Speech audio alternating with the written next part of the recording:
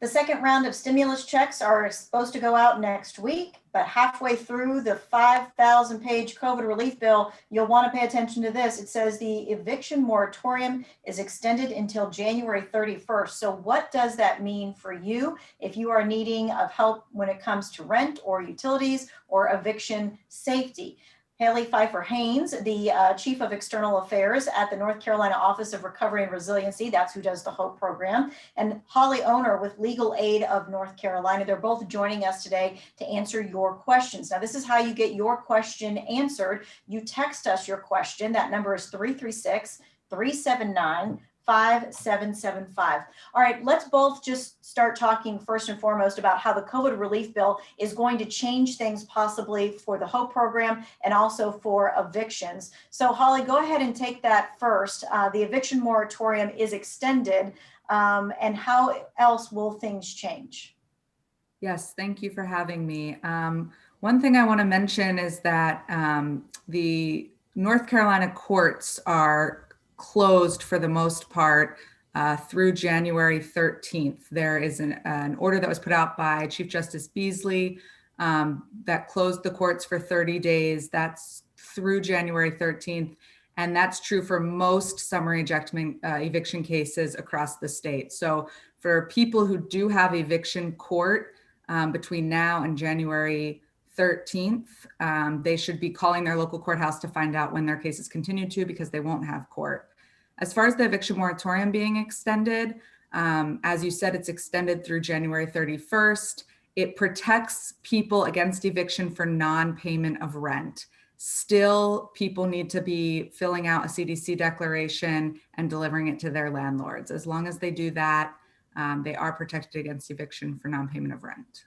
Yeah, that CDC declaration is something that the tenant has to do and give to the landlord. So that is something that is on you if you are looking for eviction protection. All right, Haley, let's talk about the HOPE program. Sorry, go ahead. One more thing.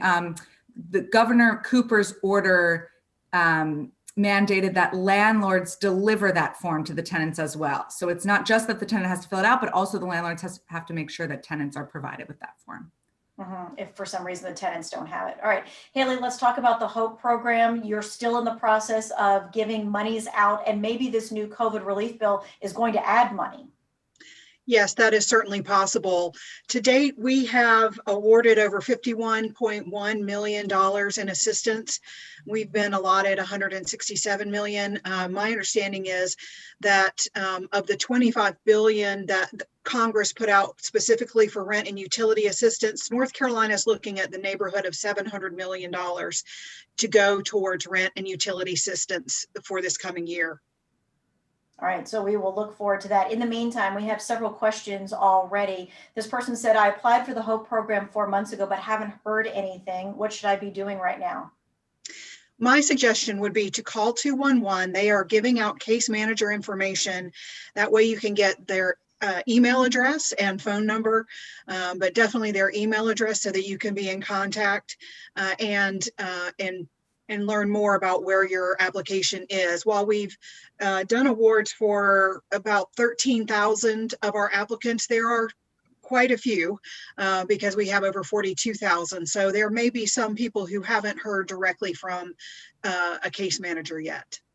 All right, and this person is saying the HOPE program will not talk to the landlord. So how does the landlord know if the tenant is still being considered for help or if they've been disqualified? There is a letter that the tenant is given, yes? Yes. So the tenant is issued a letter when they are found to be initially eligible for the program.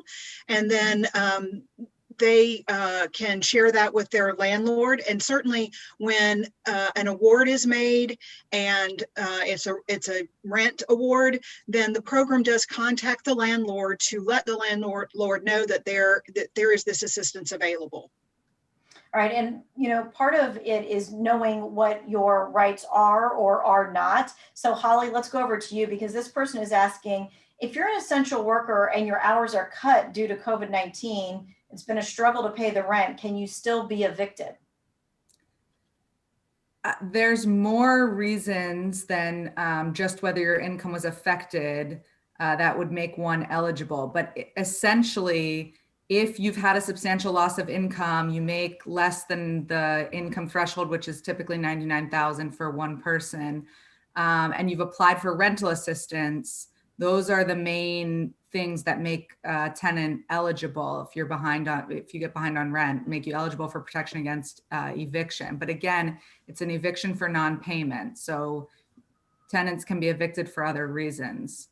That person should definitely sign a read over the CDC declaration, sign it if it applies. There's also rental assistance other than the HOPE program. So for people who didn't get in on time or are unsure about whether they are eligible for HOPE, they should look into local resources as well, because there are additional rental assistance.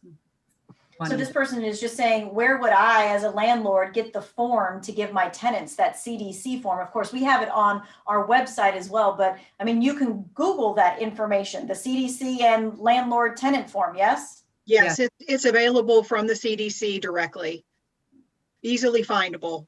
CDC declaration form will get you there. CDC declaration form. We do have it in the Who Wants to Know section. I'll be double checking that when we're in the break, because we have done this story several times, and we want to make sure that you have the resources that you have in one-stop shopping, so you'll be able to click on those things. All right, we're going to continue to take your questions. We're going to take a quick break right now. We'll be back with you in just a few moments.